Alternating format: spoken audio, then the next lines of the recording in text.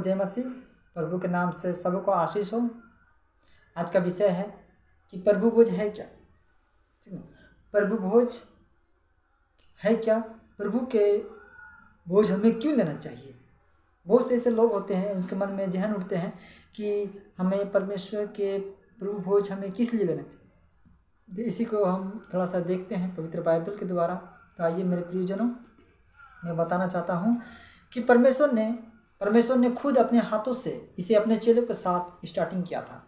प्रभु भोज जब वो अपने एक स्मरण के साथ और अपने इकट्ठे हुए थे परमेश्वर के साथ, जितने भी लोग चेला थे 12 चेला, तो उसे अपने हाथों से परमेश्वर ने इसे स्टार्टिंग किए थे।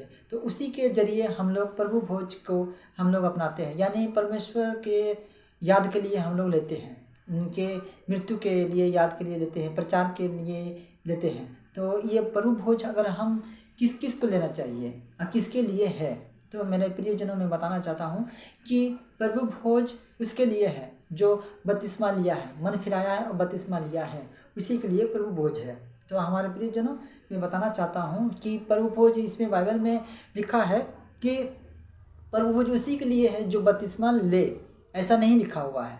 मेरे प्रियजनों, अगर इस पवित्र बाइबल में लिखा है कि जो मन फिराया उसी के लिए बपतिस्मा है, जो पवित्र आत्मा के द्वारा से उसे पवित्र आत्मा के द्वारा से उसे एक ठो विचलित हुआ, मतलब जहन उठाए मन में कि हम प्रभु भोज हम ले सकते हैं। तो हमारे कहने का मतलब है कि प्रभु भोज आप ले सकते हैं, चाहे बपतिस्मा जो लिया है और जो बपतिस्मा नहीं भी लिया वो भी ले सकते हैं। ऐसे पवित्र बाइबल में नहीं लिखा है कि प्रभु भोज नहीं ले सकते हैं। तो मेरे कहने का मतलब है प्रिय मेरे भाईजनों, तो प्रभु भोज एक प्रसाद के तौर कितने लोग ले लेते हैं जो प्रभु भोज के बारे में नहीं जानते हैं। तो हमारे कहने का मतलब है तो प्रभु भोज अगर हम लेते हैं तो किसके लिए? परमेश्वर की याद के लिए हम लोग लेते हैं, परमेश्वर का स्मरण के लिए हम लोग लेते हैं, परमेश्वर के आने के लिए लेते हैं। जब तक वो ना आ जाए तो हम उसके यादों के लिए हम लोग लिया जाते हैं। तो मेरे प्रियजनों, जब भी हम इकट्ठे होते हैं, जब भी हम कलीसिया में हम लोग इकट्ठे होते हैं या किसी ऑनलाइन के जरिए हम लोग मोबाइल के जरिए हम लोग, बहुत से ऐसे लोग होते हैं जो कलीसिया नहीं जा सकते हैं, तो वो दूर में रहते हैं, तो वो प्रभु भोज कैसे लेंगे? तो प्रभु भोज लेने का वही एक दापिय है, एक सहायता है मोबाइल के जरिए ऑनलाइन। तो प्रभु भोज अपना ले सकता है, जो दिखाएंगे जैसा जैसा बोलेगा वैसा वैसा करना चाहिए। तो मेरे प्रियजनों, जब भी हम प्रभु भोज लेते हैं तो उसके यादों के लिए, प्रचार के लिए, जब तक वो ना आ जाए तब तक हम लोग प्रभु भोज इसी प्रकार लेना उचित है।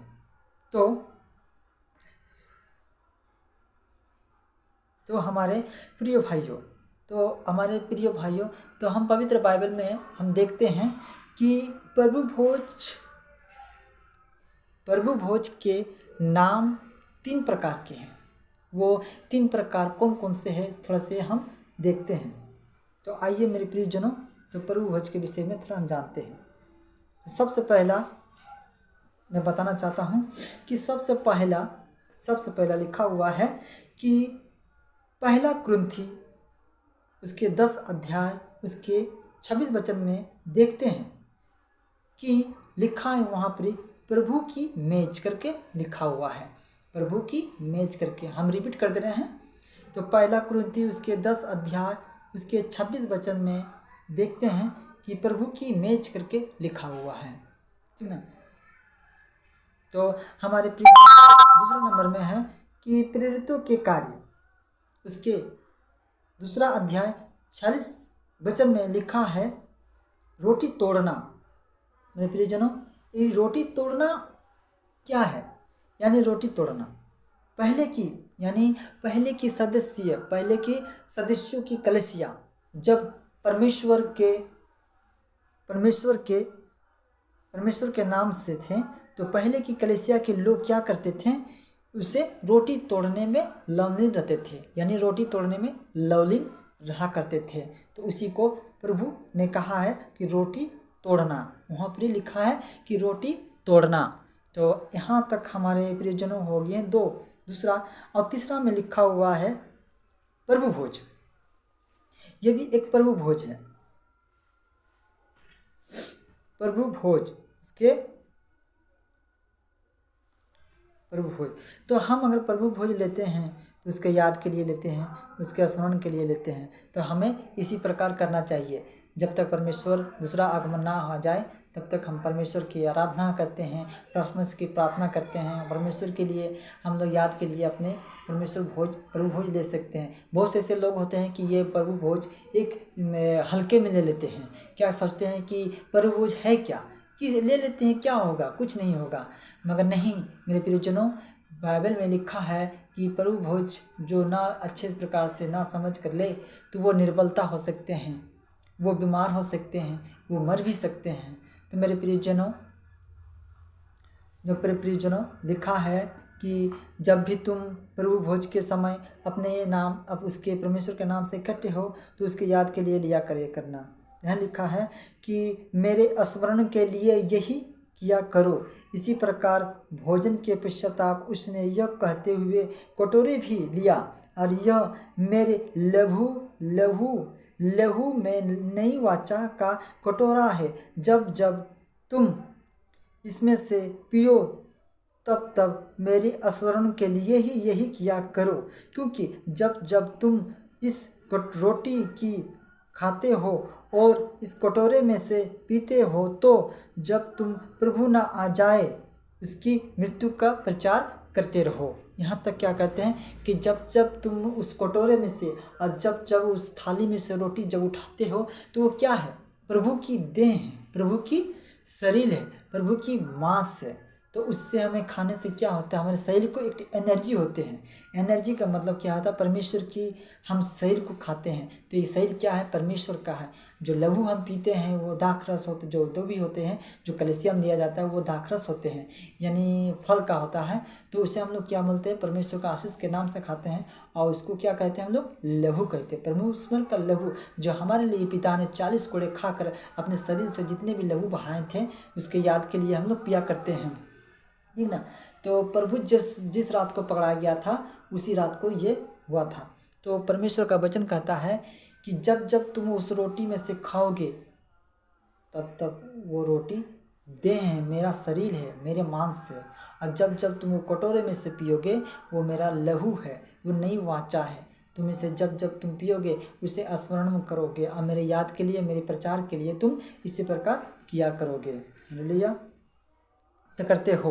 तो फिर लिखा है 27 वचन लिखा है, इसीलिए जो कोई अनुचित रीति से 27 वचन, पहला कुरिन्थी उसके 27 वचन में लिखा है कि जो कोई अनुचित रीति से यह रोटी खाता है और प्रभु के इस कटोरे में से पीता है वो प्रभु की देह और लहू का दोषी ठहरेगा। यानी कहने का मतलब है, यहाँ पर कह रहा है कि परमेश्वर के कटोरे में से जो पिएगा और जो रोटी खाएगा वो प्रभु का देह है और लहू में से पिएगा उसे देह और लहू का दोषी ठहराएगा। यानी कहने का मतलब है यहाँ पर तुम अच्छे प्रकार से जान लो कि तुम्हारा जब तुम बपतिस्मा लिया हो तुम्हारे उसी समय तेरा पाप धुल जाते हैं। तो तुम अगर पाप किया हो या गंदे विचार किए हो, गंदे सोच रखे हो और तुम कलीसिया में चल गए परमेश्वर का प्रभु भोज लेने के लिए, तो ये क्या हुआ, दंड हो गया, परमेश्वर की ताड़ना देना हो गया, परमेश्वर को तुम क्या हो, धोखे दे रहा है। तो इसी मेरा परमेश्वर का वचन कहता है प्रभु के नाम से कि हे मनुष्य, तुम जब मेरे इस कटोरे और रोटी में से खाओगे तो अपने शरीर को जांच लो कि तुम पाप तो नहीं किया है, या पाप किया है या गलत विचार बोलते हैं, किसी को देखकर बुरे विचार निकलते हैं, तो इसे दंड कहलाएंगे, दंड ठहरेगा। फिर क्या लिखा है 28 वचन में लिखा है, अतः मनुष्य अपने आप को परखे तब इस रोटी को खाए। देखिए यहाँ पर क्या कह रहे हैं, देखिए यहाँ पर मेरे प्रियजनों गाइस, यहाँ पर प्रभु जी के नाम से धन्यवाद करते हैं कि यहाँ पर लिखा है कि मनुष्य अपने आप को परखे तब इस रोटी को खाए, यानी और इस कटोरे में से पिए। क्योंकि यहाँ पर लिखा है 29 वचन में लिखा है, क्योंकि जो खाता और पीता है यदि उचित रीति से प्रभु की देह को पहचाने बिना खाता पीता है तो अपने ऊपर दंड लाने के लिए ही ऐसा करता है। हालेलुया। तो हमारे कहने का मतलब बहुत से लोग ऐसे होते हैं जो नहीं मालूम होता है, जो अनपढ़ है। ऐसे कलीसिया में हम लोग कभी, यहाँ कलीसिया है यहाँ पर ही, तो यहाँ बहुत से लोग बपतिस्मा लिया है, तो यहाँ भी बहुत लोग ऐसा है कि बपतिस्मा के बारे में थोड़ा नर्वस है, नहीं जानते हैं। तो बहुत लोग सोचते हैं कि क्या है, ये तो रोटी है और ये तो दाखरस है, जूस है, पी लेने से क्या हो जाएगा। मगर नहीं मेरे प्रियजनों, ये गलत बात है। तुम उस रीति को समझो और उससे तब तुम अपना शरीर में ग्रहण करो। परमेश्वर का देह है, परमेश्वर का लहू है, जिसके द्वारा हम उन्हीं के साथ हमें क्या हुआ था, मतलब हमारे कहने का मतलब है कि परमेश्वर जिस दिन सूली पर चढ़ा था, उसी के साथ हम भी सूली पर चढ़े थे। जिस दिन परमेश्वर सूली पर चढ़ा, तो उसी समय हमें भी सूली पर चढ़े और उसी समय हमें भी मृत्यु हुए थे। तो परमेश्वर क्या करते हैं, परमेश्वर इस शरीर जो है हमारा परमेश्वर का दिया हुआ है, तो शरीर का परमेश्वर का लहू हमारे शरीर पर है, परमेश्वर का देह हमारे शरीर पर, ये शरीर या लहू परमेश्वर का दिया हुआ है। तो हमें क्या कहता है, परमेश्वर बाइबल में कहता है कि तुम पाप ना करो, दोषी ना रहो, दूसरे का दोष ना दो, तुम गुनाह ना करो, तो किसी की बुराई ना करो, यानी पाप ना करो। तो यहाँ पर क्या लिखा है, आइए हम थोड़ा सा फिर से आगे बढ़ते हैं पवित्र बाइबल के द्वारा। हालेलुया। यहाँ लिखा है कि 30 वचन में लिखा है कि इसी कारण तुम में से बहुत से निर्बल और रोगी है, बहुत से सो भी गए हैं। यदि हम अपने आप को ठीक से जांचते तो दंड ना पाते, परंतु प्रभु दंड देकर भी हमारा ताड़ना करता है। हालेलुया। यहाँ पर कहने का मतलब है, प्रभु का वचन कह रहा है कि बहुत से ऐसे रोगी हो जो बीमार पड़ जाते हैं, नहीं समझते अच्छे प्रकार से ना उनके बारे में, तो वो क्या होता है, बीमार पड़ जाते हैं, सो जाता है। यहाँ पर सो जाना का लिखा हुआ है, सो गए, यानी यहाँ पर क्या लिखा हुआ है,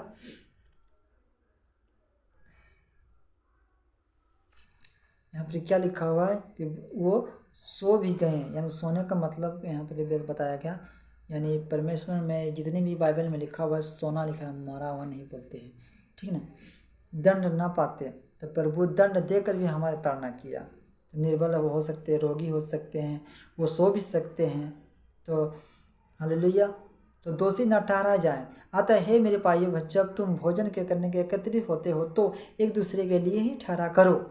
यानी कलीसिया में कहने का मतलब है कि हम जब परमेश्वर के नाम से हम इकट्ठे होते हैं, तो वहाँ पर क्या कहते हैं, हम लोग एक जगह दूसरे के लिए इंतजार करते हैं, एक साथ खड़ा रहते हैं और परमेश्वर के नाम से, परमेश्वर के याद के नाम से हम लोग प्रभु भोज ग्रहण करते हैं।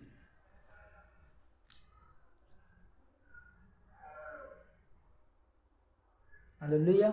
प्रभु को सभी के नाम से धन्यवाद करते हैं आज का दिन के लिए। प्रभु के नाम से जो हम एक सम्मिलित हुए इस प्रार्थना में, और हमें परमेश्वर ने, पवित्र आत्मा ने हमें जो लीड किया, हमें अगवाहित किया, मैं पिता को धन्यवाद करता हूँ इस संसार को उद्धार देने के लिए। इस संसार में जितने भी मसीह लोग हैं पिता के नाम से जो ग्रहण किया है, अंगीकार किए हैं, मैं बताना चाहता हूँ कि सबको आशीष दे उनके जीवन में, उनके हर एक के घटी बड़ी कमियों को पूरा करे। प्रभु के नाम से सबका धन्यवाद करता हूँ और सब अपना सुरक्षित रहे, परमेश्वर का आशीष अनुग्रह मिले। मैं प्रार्थना करता हूँ पिता से कि कल के दिन के लिए प्रभु को धन्यवाद करते हैं, और सबसे बड़ी बात है यह है कि आज का दिन के लिए परमेश्वर ने हमें संभाला। सभी को जय मसीह।